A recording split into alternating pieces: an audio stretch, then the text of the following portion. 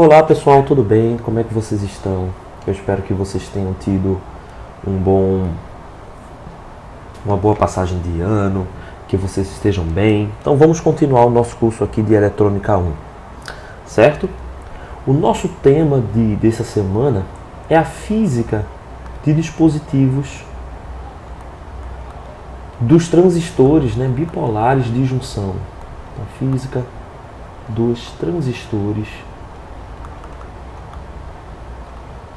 bipolares de junção, ou seja, a gente acabou de estudar os diodos, E a gente viu que os diodos são compostos de uma junção PN, São compostos por uma única junção PN.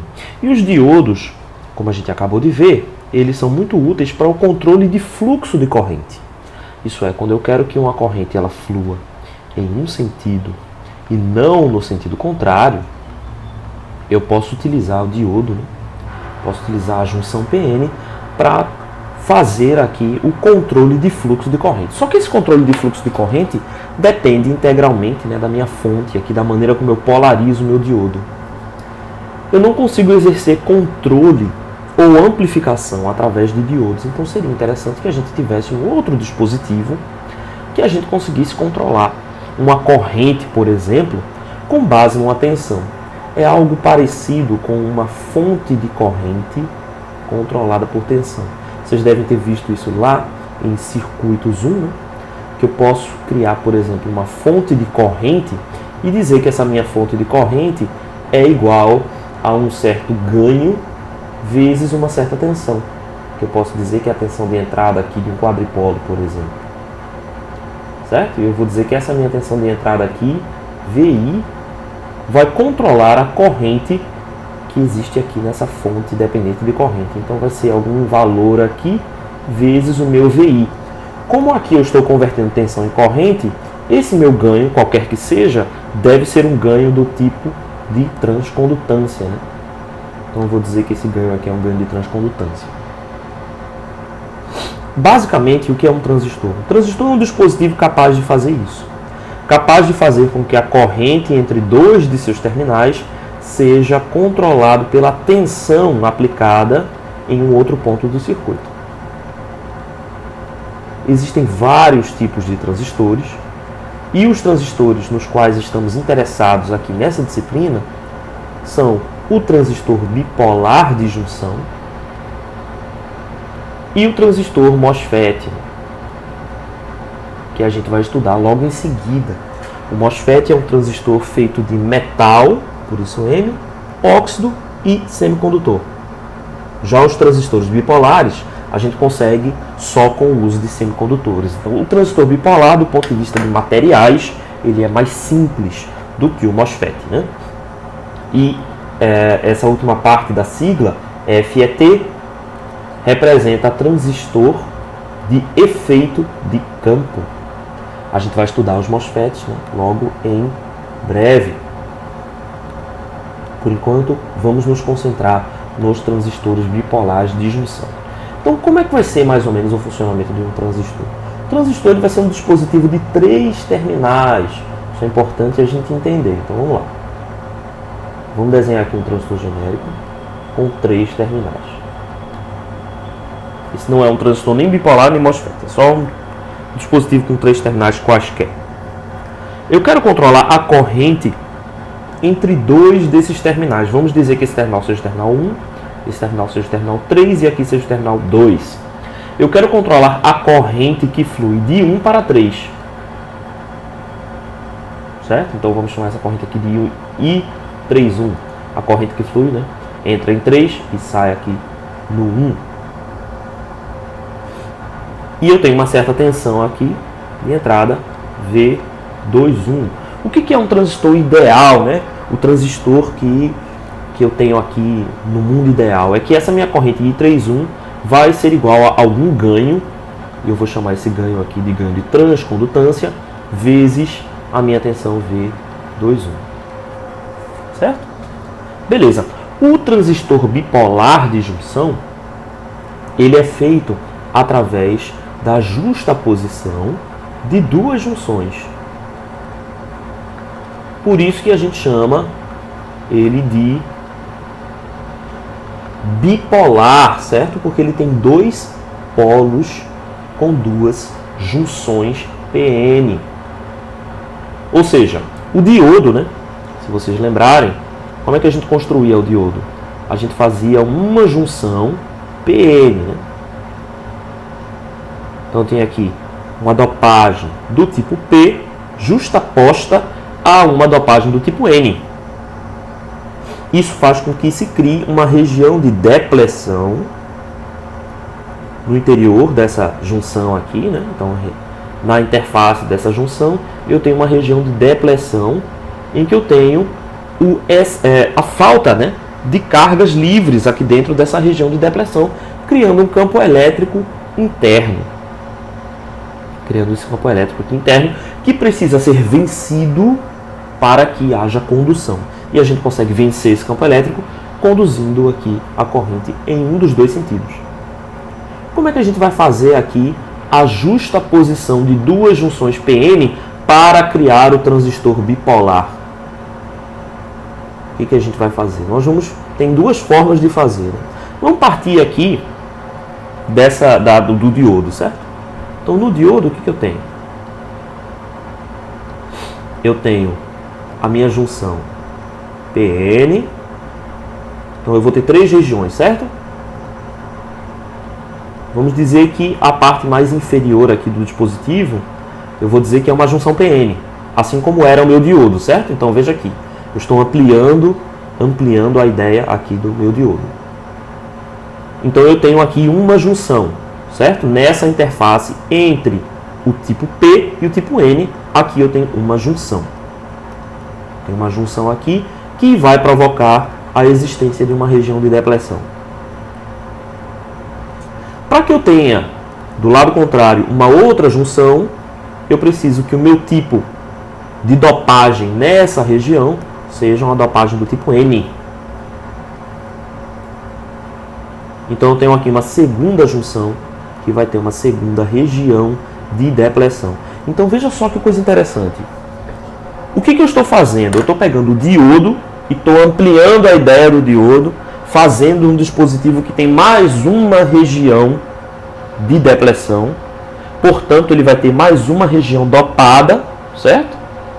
E agora, esse dispositivo aqui, em vez de ser uma junção PN, ele torna-se um transistor. E a esse transistor eu vou convenientemente dar o nome de NPN. Certo? NPN. Vai existir uma outra variação, porque eu tenho uma outra forma de fazer essa mesma combinação, certo?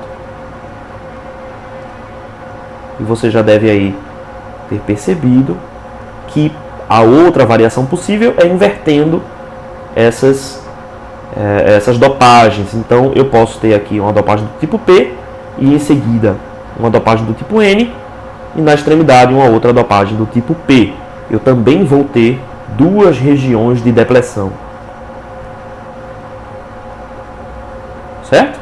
Então tenho uma região de depleção aqui na interface PN e uma outra região de depleção na interface NP. Naturalmente eu vou chamar esse transistor aqui de PNP. Então eu só tenho essas duas possibilidades, certo? Na primeira possibilidade, o meu transistor vai ser denominado NPN e na minha segunda possibilidade, o meu transistor vai ser denominado PNP. E eu tenho duas formas diferentes de desenhar, né, esse dispositivo. Desenhar, eu quero dizer, o nosso símbolo, né, o símbolo que nós vamos usar. Então a gente viu aqui, ó, o nosso símbolo genérico. Nós vamos agora utilizar um símbolo específico, que especifica se o meu dispositivo é do tipo NPN ou se o meu dispositivo é do tipo PNP. Para o NPN, nós vamos usar esse símbolo aqui, ó, que vocês já devem ter visto muitas vezes, que é o símbolo para o transistor bipolar de junção, especificamente o transistor do tipo NPN. Para o PNP, nós vamos utilizar esse símbolo aqui, ó. O que é que diferencia entre os dois símbolos, né? A direção dessa setinha. Lembre-se que no diodo, a seta aponta na direção PN. Então, essa seta que nós utilizamos aponta na direção do fluxo de corrente convencional dentro da região de depressão, certo? Então, a corrente convencional, ela flui nesse sentido. Por corrente convencional, a gente pode entender o mesmo sentido das correntes das lacunas ou o sentido contrário das correntes eletrônicas, tá? Das correntes de elétrons. A gente vai usar a mesma lógica aqui na simbologia dos transistores.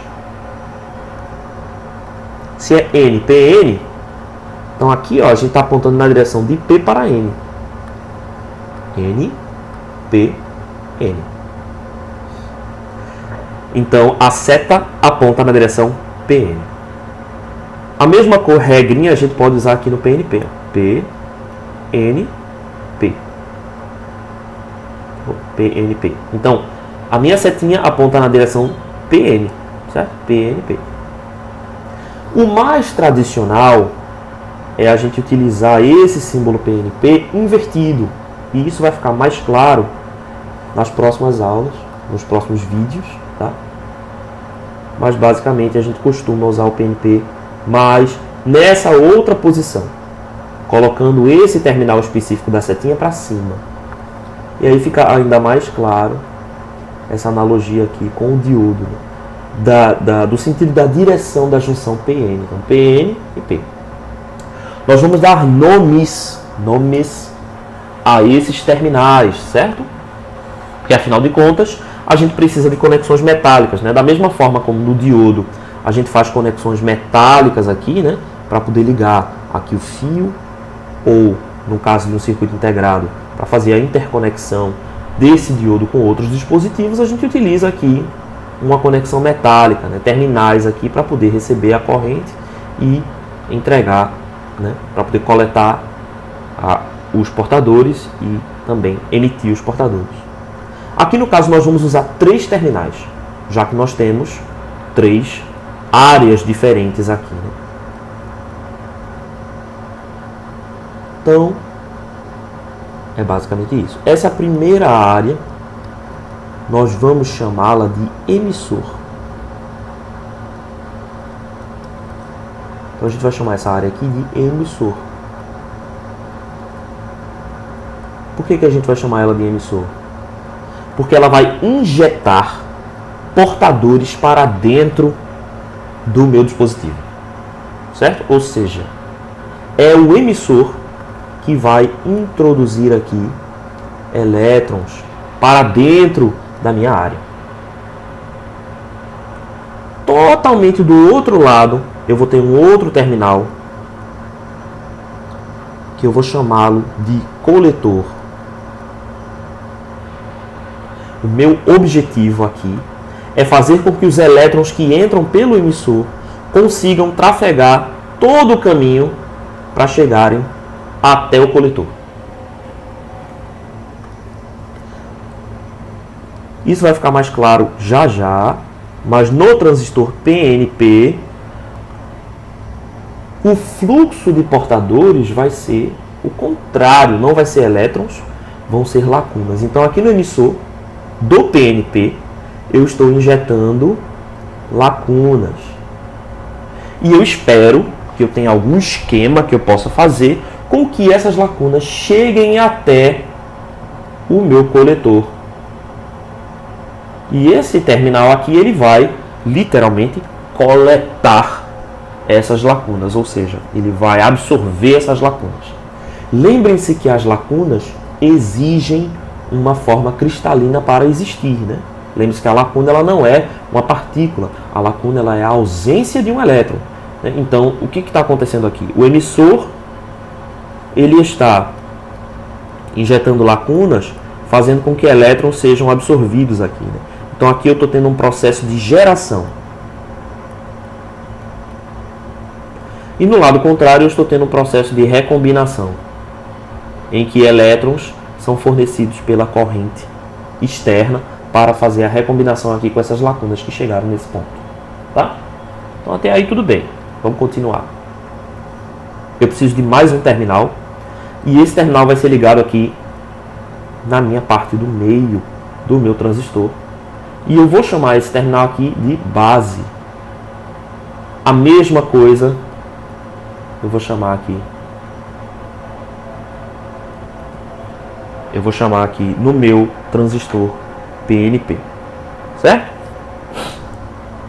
O fluxo de corrente da base eu vou discutir já já com vocês. Mas então, como é que a gente traduz essa forma aqui para esse desenho? Vou desenhar ele de novo aqui. Ó.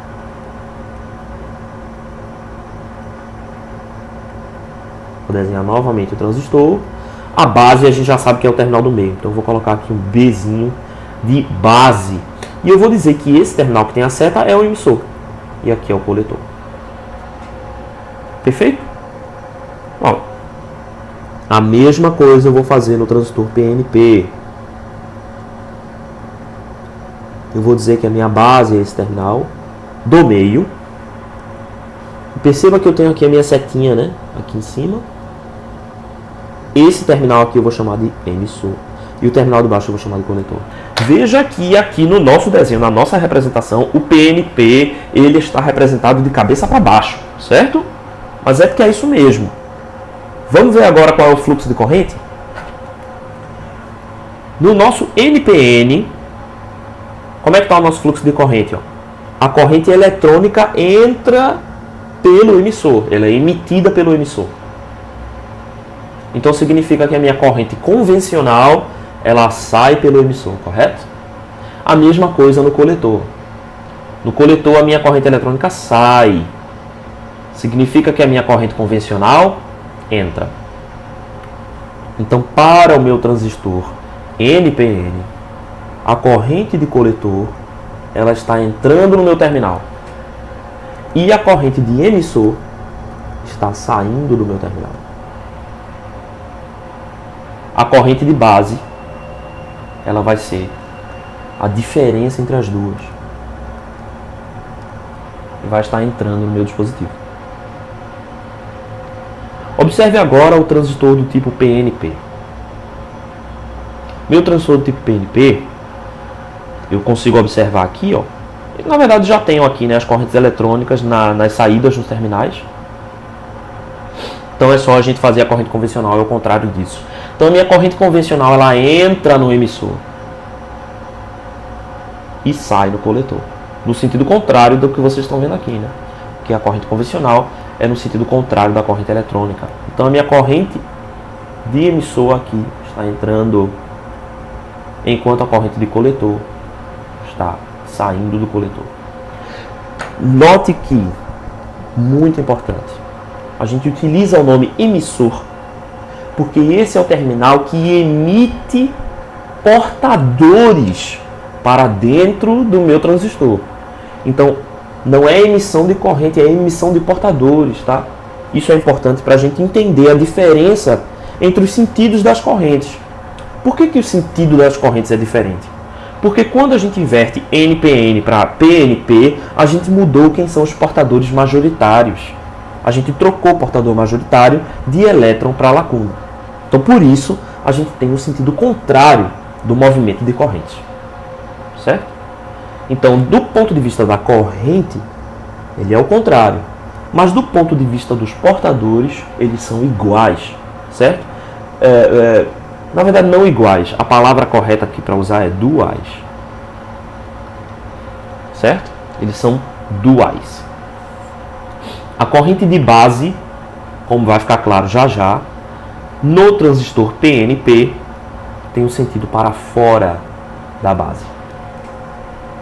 Nós vamos entrar em detalhes sobre tudo isso. Eu só preciso colocar tudo isso aqui para vocês, para a gente entender de onde vem essa construção, né? De onde vem a construção do transistor. Então vamos olhar quais são os possíveis estados que um transistor pode ter. A gente viu que no diodo, quais são os possíveis estados que a gente tem? As possíveis polarizações. A gente pode ter a polarização direta e a gente pode ter a polarização reversa. Vou colocar um asterisco aqui, porque a polarização reversa, ela pode ter uma outra região, que a gente chama de região de ruptura. Vocês devem se lembrar que a gente discutiu isso nas nossas aulas anteriores, né? Mas a região de ruptura, apesar de conduzir corrente, ela é parte da polarização reversa, né? É uma parte da polarização reversa que extrapolou um limite máximo de tensão. Mas basicamente a gente tem dois tipos de polarização: a polarização direta e a polarização reversa. A polarização direta, para a gente se relembrar, é aquela que vai contrária à tensão interna do diodo. Ela vence a barreira interna V0 do diodo. Então ela está no sentido de vencer a barreira interna V0. E isso faz com que a junção PN conduza. Isso também reduz a região de depressão. Reduz a região de depressão, preenchendo aquela interface de condutores. Já a região reversa, ela vai a favor de V0, a favor da tensão interna. Isso faz com que a minha região de depressão ela aumente em vez de se reduzir. E na região reversa, meu diodo não consegue conduzir. Como a gente discutiu anteriormente, o transistor ele possui duas regiões PN, né? Duas junções PN. Então, a gente vai, a partir de agora, trabalhar somente com o transistor NPN para evitar confusão. Mas o transistor PNP é o inverso do NPN. Então, tudo que eu estou falando para o NPN serve para o PNP, só que ao contrário. A gente vai discutir o PNP no final de tudo, a gente vai discutir ele também. Mas, por simplicidade, vamos agora continuar com o NPN, certo? A gente vai trabalhar com ele. Então, o NPN, a gente... Vou desenhar novamente a estrutura dele aqui. O que a gente tem? NPN. Emissor, coletor e base. Beleza. Eu tenho duas regiões de depressão, certo? Duas junções. A minha primeira junção tá aqui, é a minha junção base-emissor. Por que eu estou chamando ela de junção base-emissor, né? Ela não é uma junção PN, PN. Então, a direção de P para N é da base para o emissor. Então, nós vamos usar esse nome nessa ordem. Junção base-emissor, ou seja, PN. E a minha outra junção é a minha junção base-coletor. Pela mesma razão, né? É a junção PN. Então, a base é P e o coletor é N. Então, junção base-emissor e junção base-coletor. Se vocês estão ligados aí, vocês já sabem que eu vou ter 4 combinações diferentes e 4 polarizações.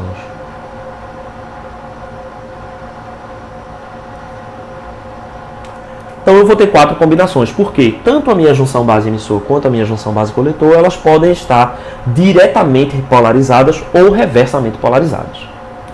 Então vamos supor que as duas estejam reversamente polarizadas. Se as duas junções estão reversamente polarizadas, o que acontece? As minhas duas regiões de depressão estão expandidas. Eu não tenho portadores, eu não tenho abundância de portadores dentro das junções. Isso significa que não posso conduzir em sentido nenhum, da mesma forma que o diodo não conduz.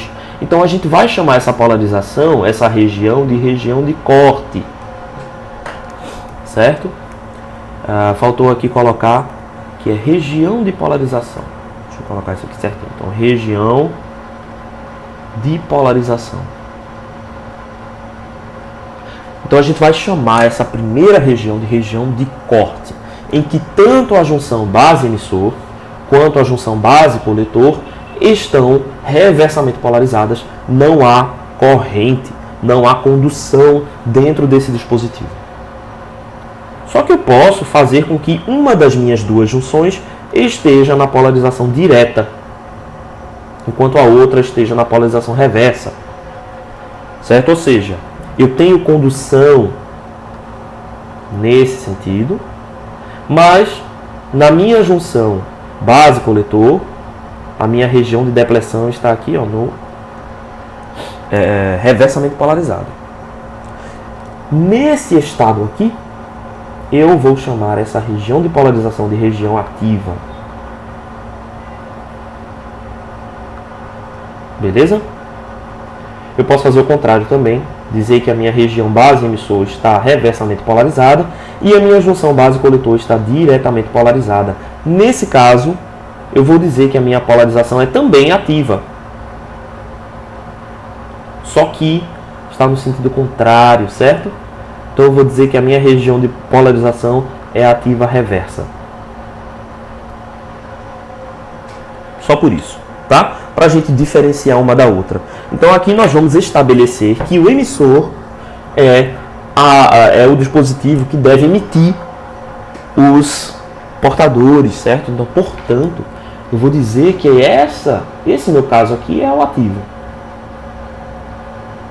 Na polarização ativa reversa, quem está funcionando como emissor é o coletor. Então eu vou chamar de reverso por conta disso, porque eu inverti o papel de coletor e emissor. E no último caso eu tenho as duas polarizações diretas. Nesse caso eu vou chamar esse modo aqui de saturação. Beleza, então aqui estão as 4 regiões de operação, né? Os 4 modos de polarização do transistor bipolar de junção. Então agora falta a gente entender como é que a gente consegue ter condução dentro desse dispositivo. Bem, o modo de corte é muito simples, né? A gente já entendeu que no modo de corte a gente não tem condução. O modo de saturação também é muito simples. Por quê? Porque as duas regiões, as duas junções estão diretamente polarizadas, né? Então funciona como se fosse 2 diodos aqui em antissérie. Como se fosse, tá? O transistor não são 2 diodos. O transistor não é um par de diodos, tá? Por favor, pelo amor de Deus. Certo? Mas no modo de saturação ele vai funcionar como se fosse 2 diodos, 2 junções aqui, as duas diretamente polarizadas. Eu tenho condução, isso não é nenhum problema. No modo ativo é que acontece um efeito muito interessante. E é isso que a gente vai observar agora. Como é que eu tenho condução de corrente no modo ativo? Então vamos ver lá. Condução de corrente no modo ativo. Então vamos mais uma vez desenhar aqui o transistor. Eu vou desenhá-lo agora grande, porque a gente vai precisar ver um detalhe, o que é que acontece aqui dentro. Então eu vou fazer aqui, ó, as 3 regiões.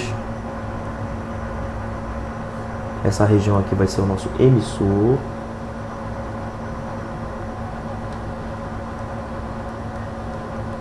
Essa região aqui vai ser a nossa base.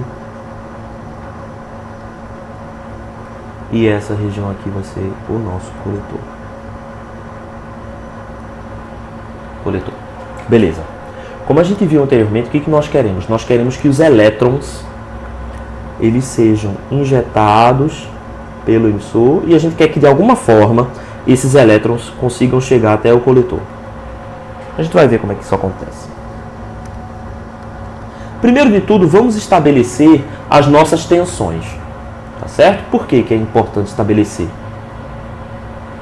Porque eu estou...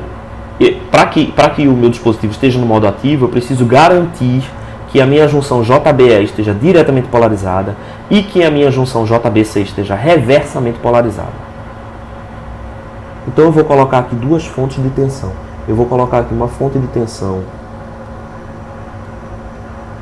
entre a minha base e o emissor. Eu vou chamar essa tensão aqui de VBE, tensão base emissor.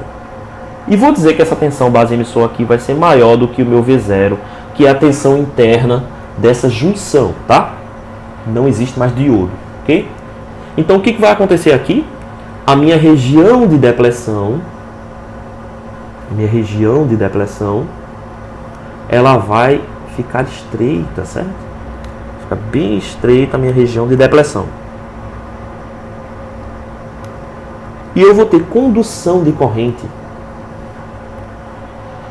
Como é que essa condução de corrente vai acontecer, né? A minha base, ela vai injetar lacunas. Eu vou desenhar as lacunas em verde e vou desenhar os elétrons em vermelho, tá? Só para que fique mais claro. Então, aqui vai acontecer o mesmo efeito que aconteceria num diodo.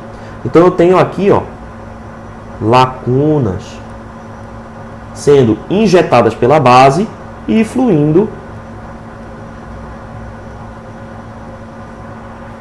aqui através da minha região de depressão, certo? Lembrando que esse transistor aqui é um NPN, né? Então aqui é tipo N, a base é do tipo P e o coletor do tipo N.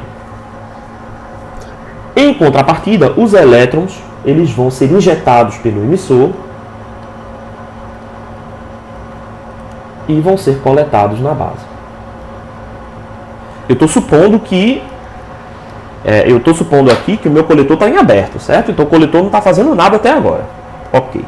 Só que a gente precisa garantir que o meu coletor está reversamente polarizado, certo? Reversamente polarizado. Então eu vou colocar aqui, ó, também uma fonte de tensão.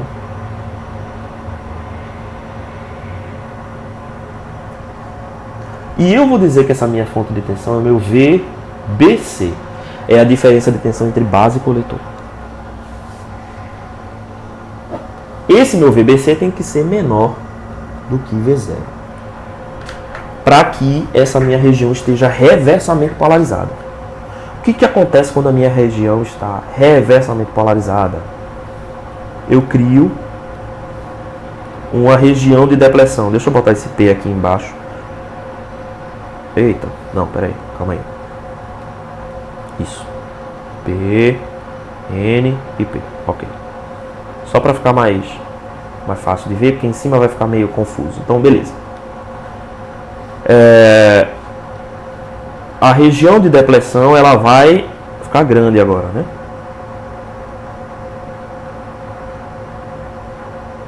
Ok?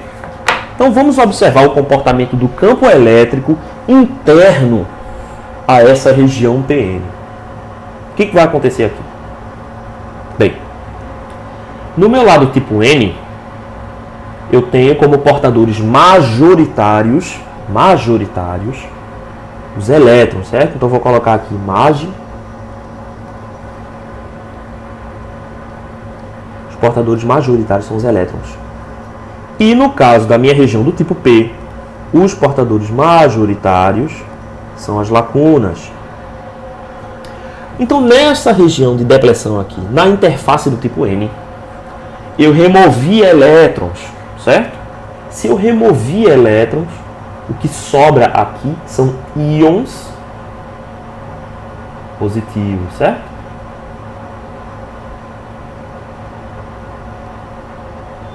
E no meu lado do tipo P, sobram íons carregados negativamente, por conta das impurezas, né, que foram adicionadas aqui a essa região. Então, qual é o sentido do meu campo elétrico no interior da região de depressão? No interior da região de depressão, meu campo elétrico irá apontar nesse sentido aqui. Eu vou tentar usar esse laranja aqui para o campo elétrico.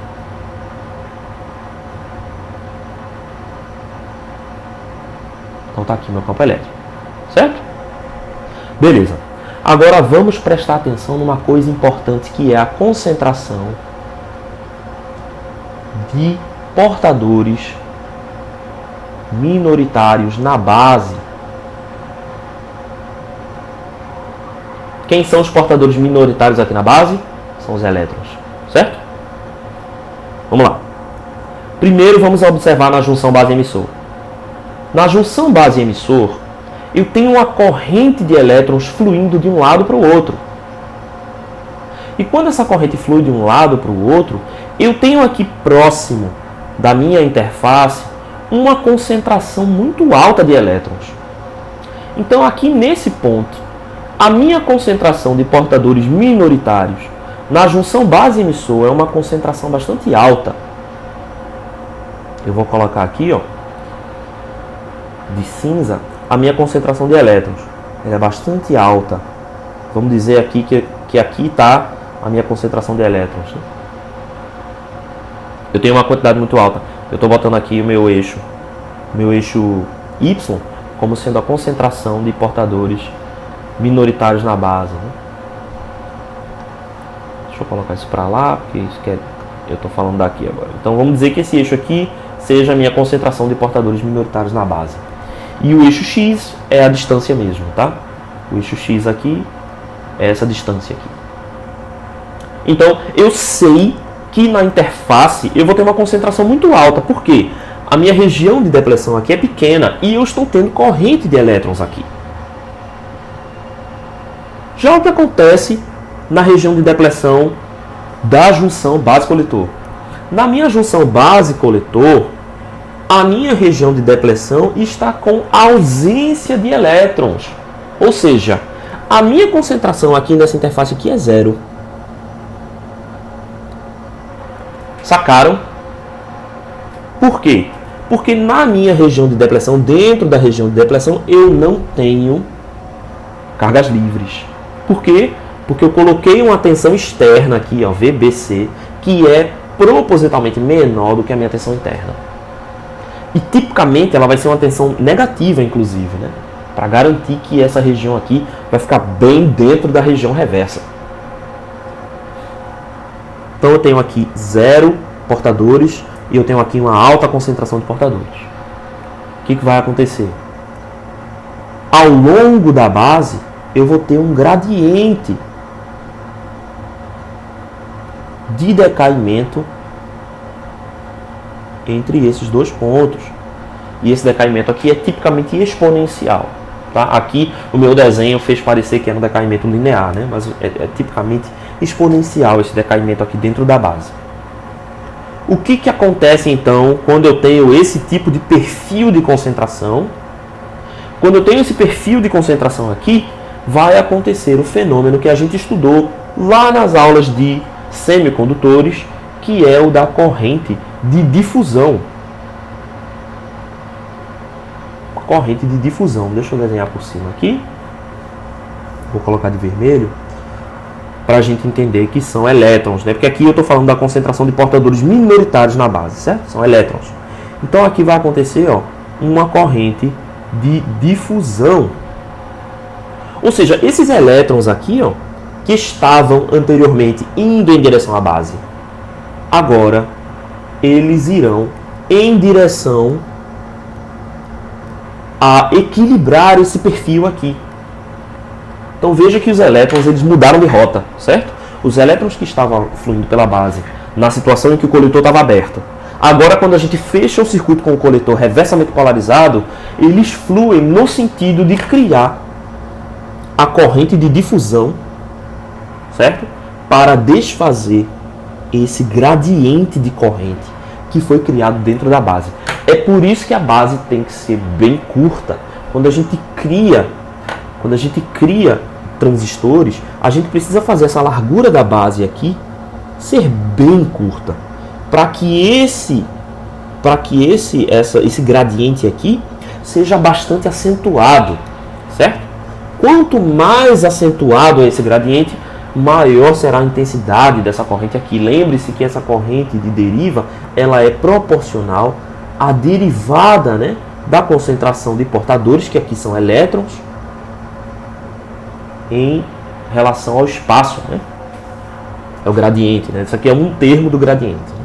Isso aqui está sendo simplificado, mas, bem, se a gente trabalha em uma direção só, esse vai ser o gradiente, tá? Então, preste atenção nisso aí. O que é que vai acontecer agora?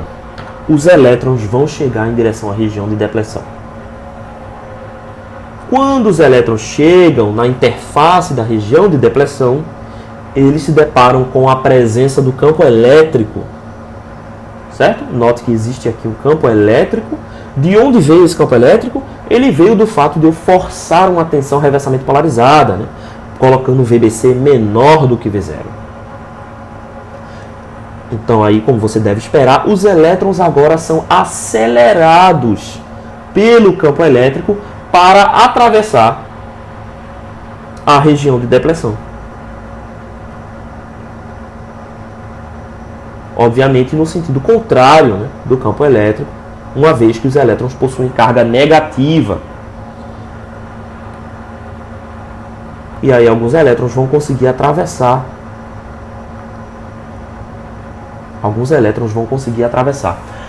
Parte dos elétrons fica pelo meio do caminho. Eles são recombinados com as lacunas aqui na base. Aqui é N, tá? Sorry. N. Alguns deles vão recombinar com lacunas na base. Outros deles vão ser absorvidos aqui, né? Nessa região aqui do tipo N. Eles vão ser absorvidos, né, por esses íons aqui. Mas rapidamente eles são recombinados, né?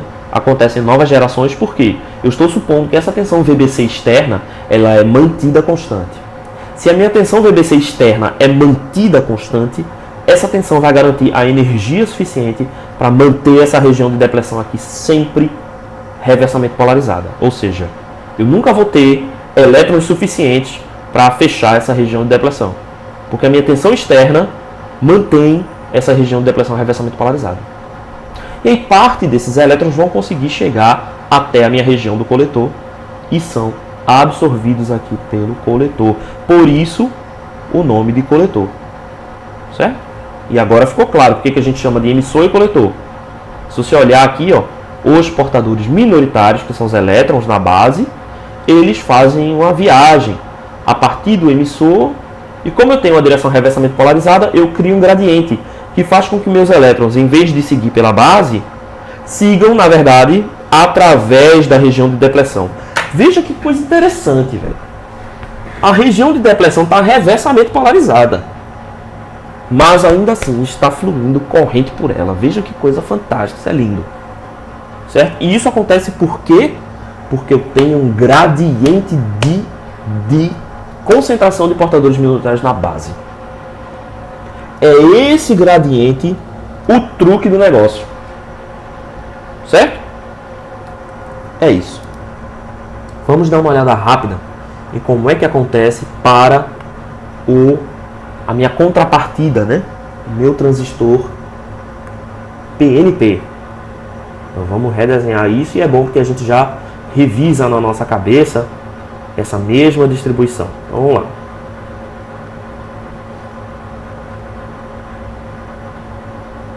Vou desenhar novamente aqui. Então, agora a gente vai trabalhar com o transistor PNP. Então, P, N e P. Vamos colocar aqui a base. Vamos colocar aqui o emissor. E vamos colocar aqui o coletor.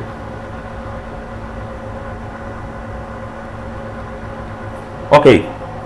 Então a primeira coisa que a gente tem que fazer é, nós queremos trabalhar no modo ativo, certo? Perdão.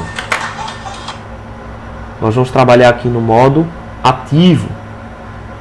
Para o modo ativo, o que a gente precisa? A gente precisa aqui uma das minhas junções esteja diretamente polarizada e a outra junção esteja reversamente polarizada, tá? Então vamos lá. Quem é que vai estar diretamente polarizada? É a junção entre base e emissor. Mas veja só, agora a minha junção PN está no sentido contrário, certo?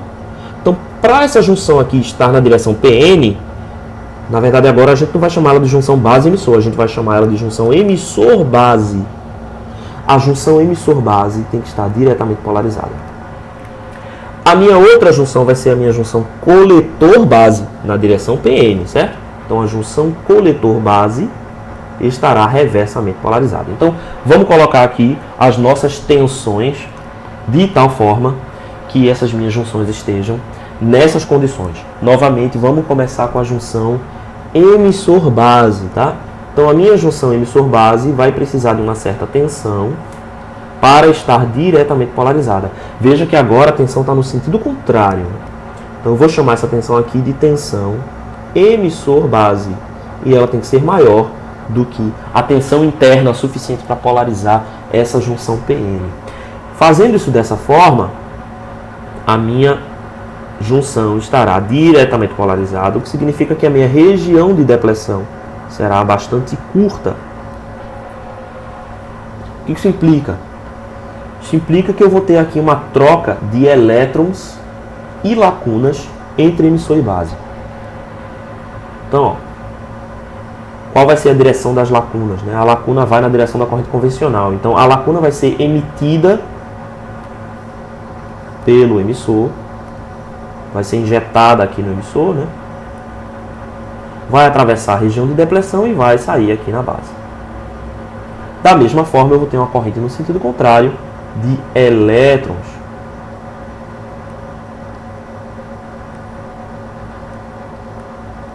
Ok. Beleza. O que vai acontecer agora? Eu preciso colocar uma outra tensão que faça com que a minha junção coletor-base esteja reversamente polarizada. Então, vou colocar aqui uma tensão na minha junção coletor-base.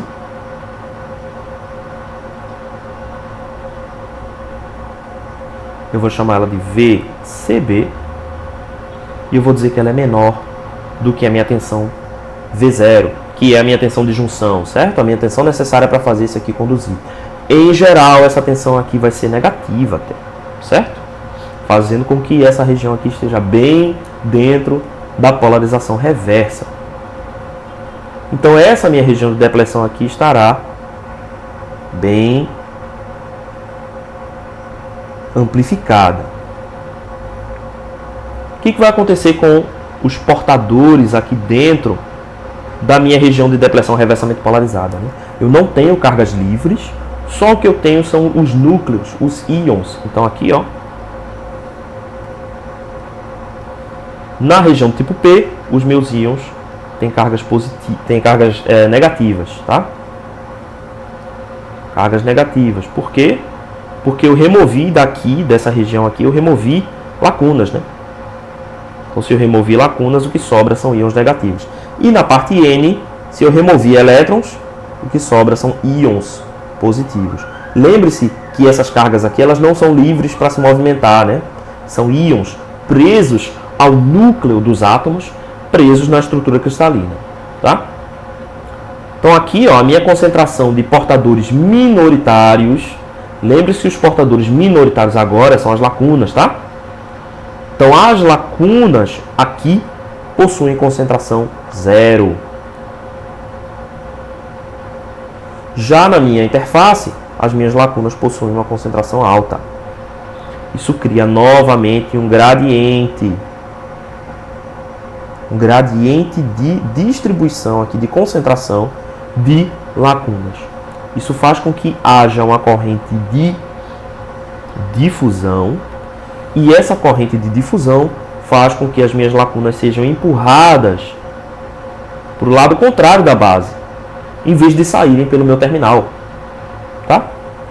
Quando elas chegam no final, elas vão se submeter a um campo elétrico. Veja que agora, convenientemente, o campo elétrico aponta na direção contrária, né? Meu campo elétrico aponta na direção contrária. Isso é conveniente por quê? Porque agora a minha lacuna vai andar na mesma direção do campo elétrico. Então elas se transportam através da região de depleção por deriva, tá? Agora deriva, porque ela está sendo impulsionada por um campo elétrico, tá? Então aqui acontece difusão e aqui acontece deriva. Depois, quando elas chegam aqui, ó, no lado P, né, no coletor, elas são coletadas aqui pelo coletor, certo? Que fornece aqui uma corrente eletrônica para acontecer a recombinação nessa interface, tá? Lembre-se, a lacuna ela não pode sair por aqui, né? Na conexão metálica você só tem corrente eletrônica, tá? Então aqui vai acontecer recombinação na interface entre o conector e o semicondutor. E é isso que vai fazer manifestar essa corrente na saída no sentido contrário. Perfeito? Beleza. Então a gente tem aqui o sentido contrário de corrente. Vamos observar quais são os sentidos de corrente convencional. Vamos lá. No transistor NPN, qual o sentido da corrente convencional, né? Na base, ó, veja que a corrente de base ela vai ser devida somente, ó, a essas lacunas aqui. Então, na corrente de base, o sentido convencional é entrando no transistor, no tipo NPN, como a gente tinha visto anteriormente, né? Lá em cima, aqui, ó, a corrente de base entrando no tipo NPN.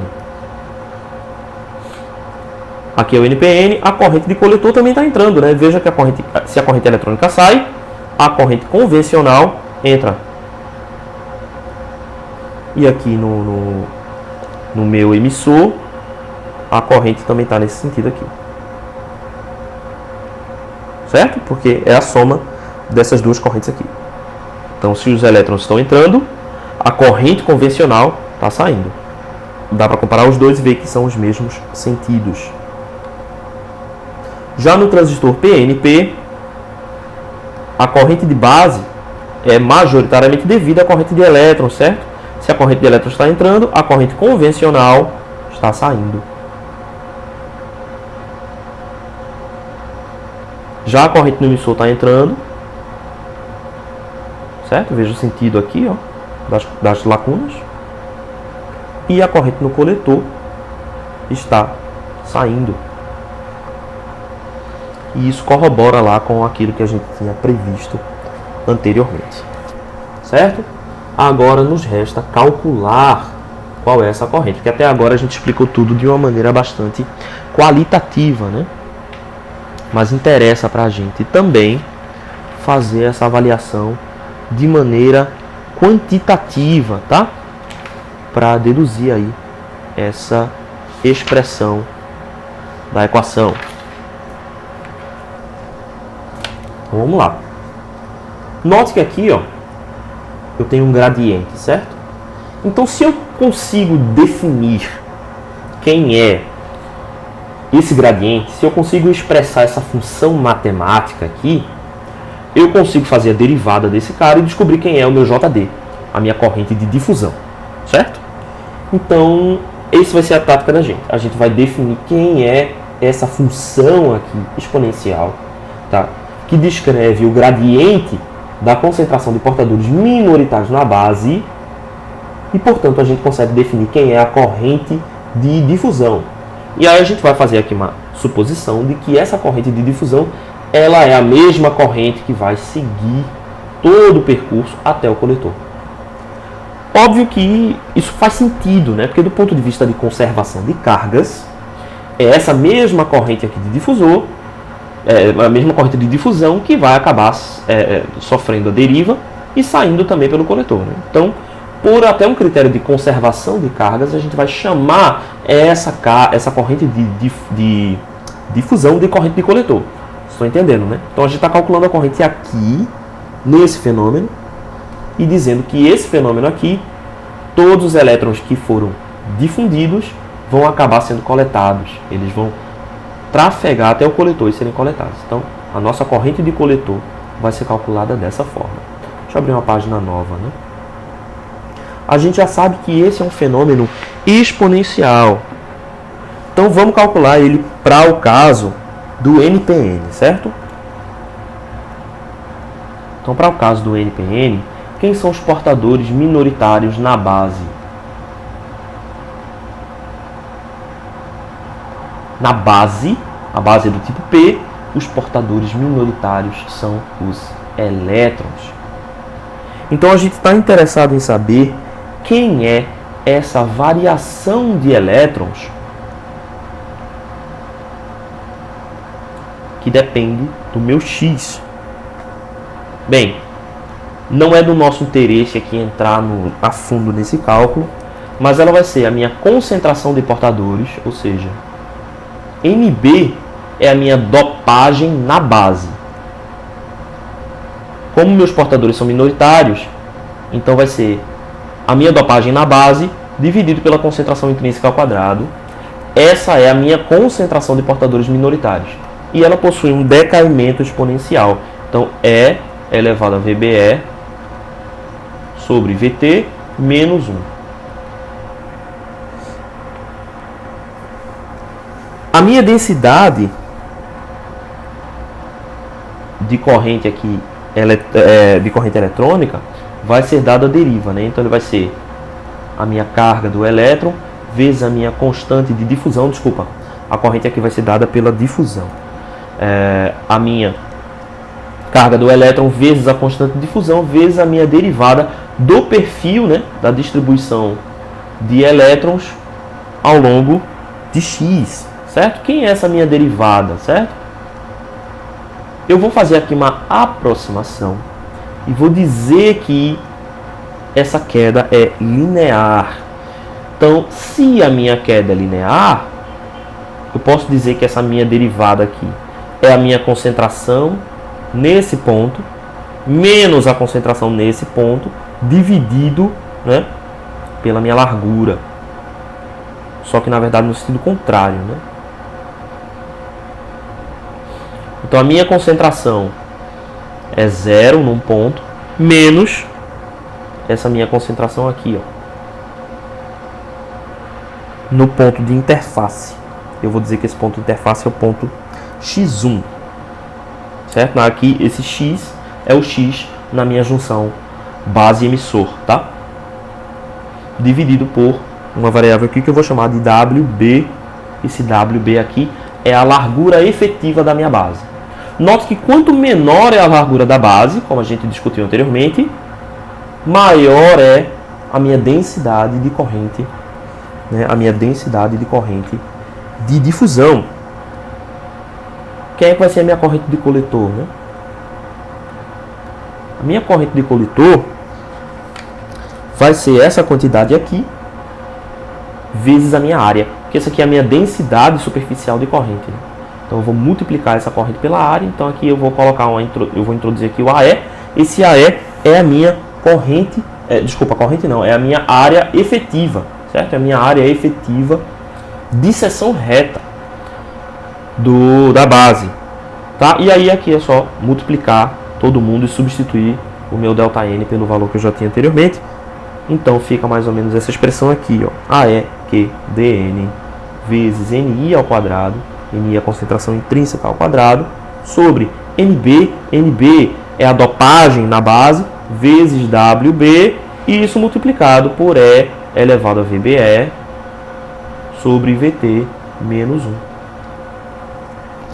Então nós temos aqui, veja, esse sinal de menos aqui, ele foi compensado porque essa corrente aqui já é convencional. Essa corrente aqui é uma corrente eletrônica, certo?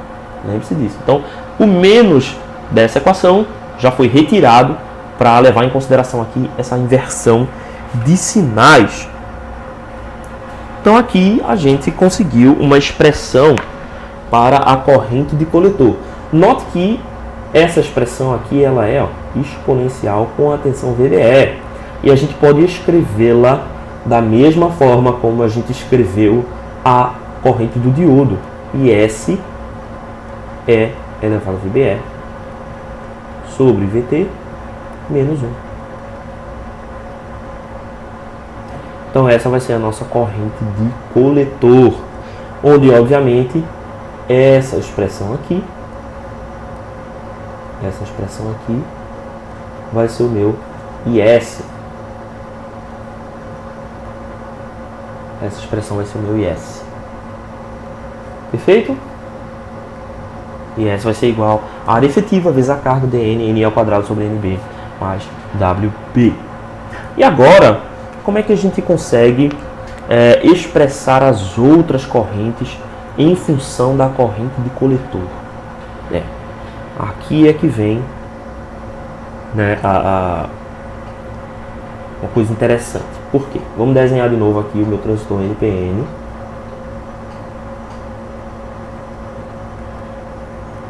Certo? Aqui eu tenho o coletor, aqui eu tenho a base e aqui eu tenho o emissor. Certo?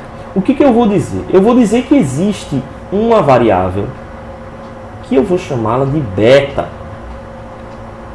Esse beta, a esse beta eu vou dar o nome de ganho de corrente em emissor comum.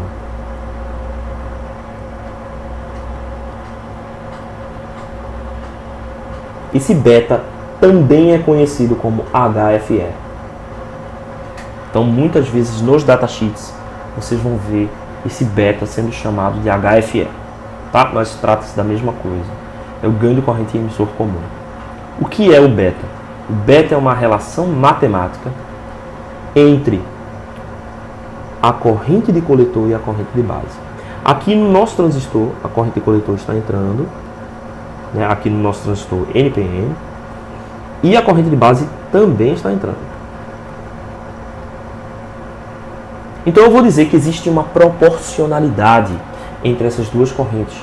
Eu vou dizer que o meu HFE é igual à minha corrente de coletor dividido pela minha corrente de base. Em transistores bons, esse HFE, o beta, ele pode ser de 100, 200, até mesmo 500, certo? Existem transistores que amplificam essa corrente por uma ordem de 500 vezes. Então a nossa segunda equação vai ser a corrente de coletor é igual a beta vezes a corrente de base. Então já temos duas equações aqui.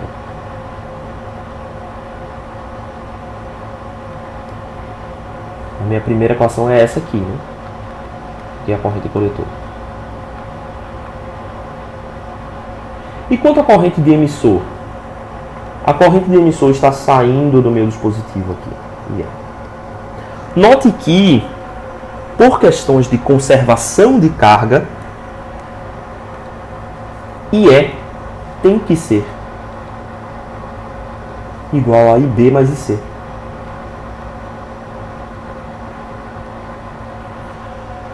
E essa é a nossa terceira equação. Então aqui a gente conseguiu 3 equações para 3 variáveis. Então a gente conseguiu descrever completamente o nosso dispositivo. Mas se você estiver observando aqui, ó, você pode ver que eu posso expressar a corrente de coletor como uma função da corrente de base. Então a gente pode desenvolver essa terceira equação aqui. Eu posso dizer que a minha corrente de emissor... Posso dizer que a minha corrente de emissor é igual à minha corrente de base. Desculpa, corrente de base não. Eu vou dizer que ela é corrente de coletor dividido por beta mais a corrente de coletor. Então vamos continuar desenvolvendo aqui esse cara. A minha corrente de emissor vai ser igual à minha corrente de coletor, que multiplica 1 sobre beta mais 1. Ou corrente de coletor que multiplica, a gente pode tirar um MC aqui, ó, beta mais 1. A gente vai inverter essa equação aqui para chegar na seguinte equação: corrente de coletor igual a beta sobre beta mais 1 vezes a corrente de emissor. Essa aqui é uma forma tão comum de expressar as correntes que a gente dá um nome para esse ganho aqui. A gente vai chamá-lo com a letra grega alfa, tá? E ele vai ser o ganho em base comum. Vai ser o ganho de corrente em base comum.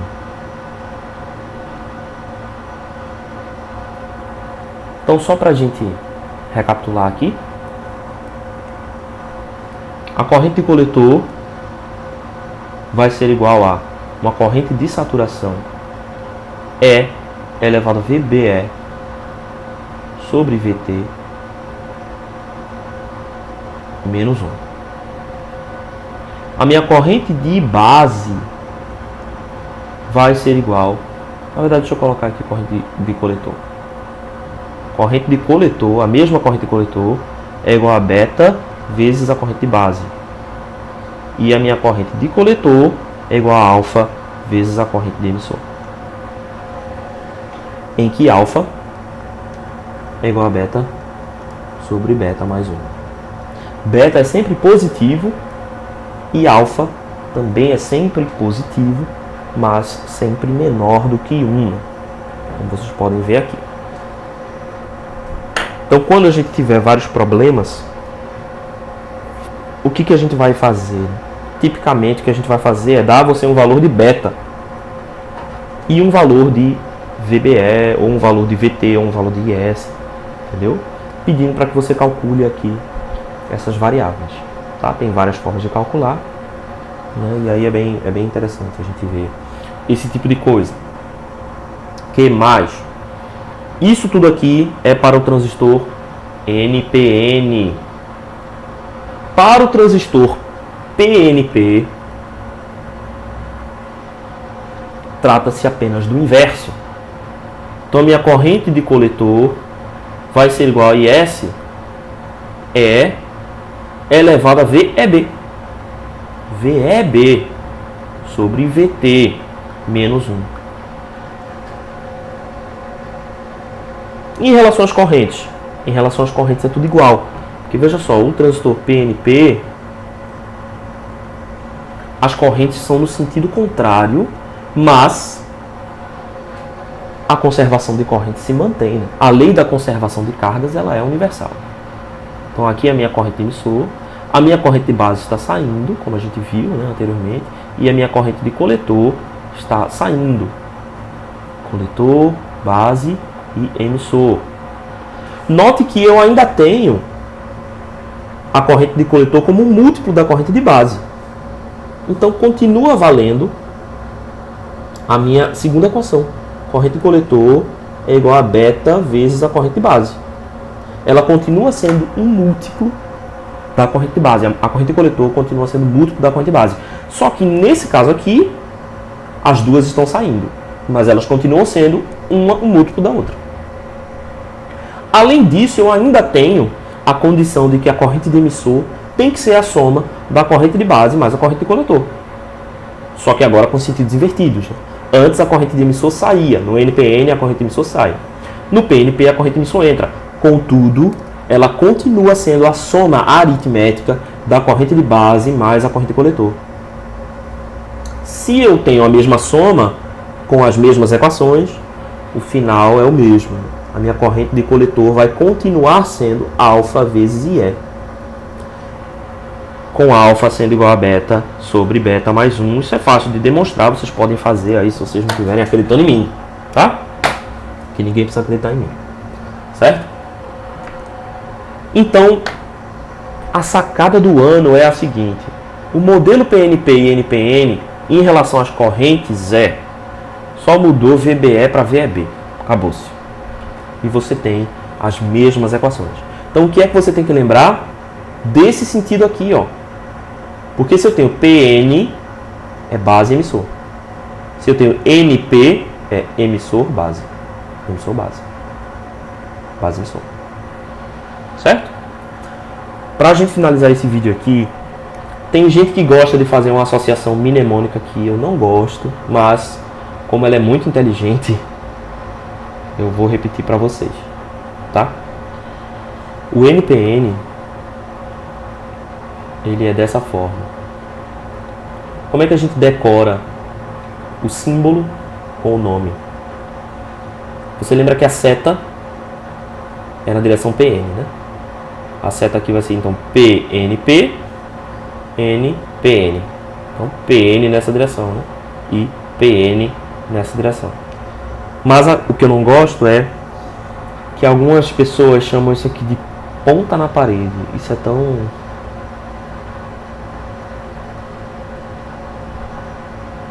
Porque a ponta tá na parede. Enfim. A ideia é essa, tá?